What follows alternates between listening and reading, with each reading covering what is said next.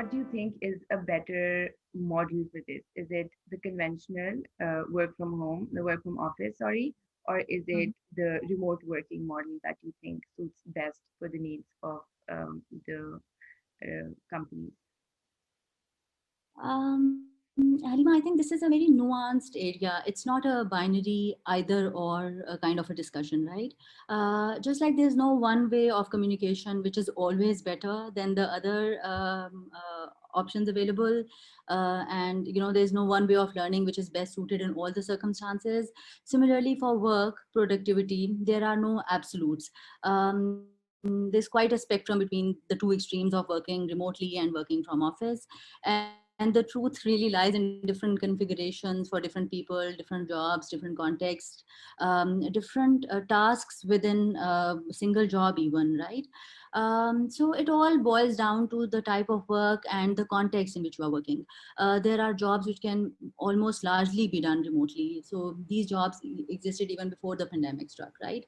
So we have this freelance economy, or freelancers who work in the software development or content creation space. We have knowledge workers in the gig economy, and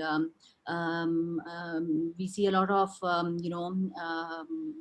big global technology companies. They have outsourced this work to freelancers or open source workers, and these people sit in different parts of the world, and they are still able to collaborate and contribute very positively towards whatever it is that they are assigned to work on.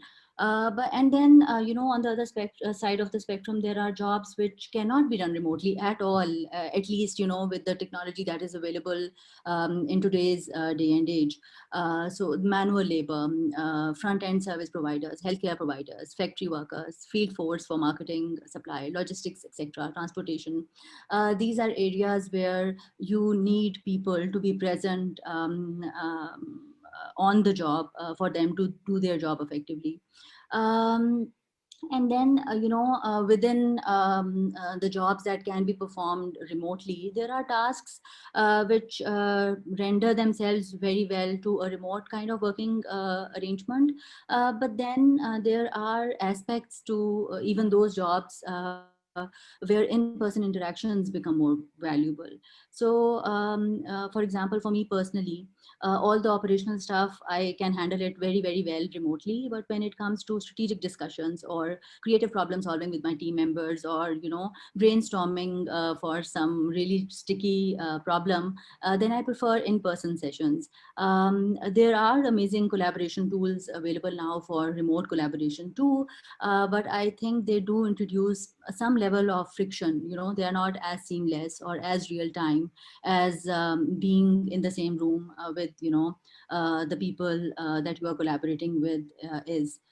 So there are limits to what you can achieve remotely, and therefore, depending on the situation or the context, a hybrid kind of work environment or work configuration is what I think is best suited in this day and age. And interestingly, the pandemic has shown that there's a high correlation between the level of your income and the probability that your job can be done effectively in a remote setting. So the higher up you are on the income ladder, the more likely it is that you can do your job remotely. And it is also quite intuitive, right?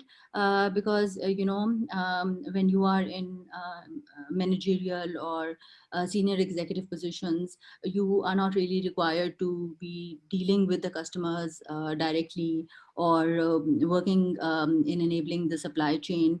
You are mostly taking decisions, and you are able to get all the inputs from the relevant people and relevant sources and stakeholders virtually, and using your intuition and your judgment and your experience, you are able to take the decisions even without being on the ground.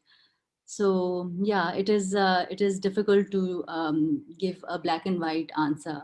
Yeah, I think there is a whole spectrum of different shades of gray between the two extremes.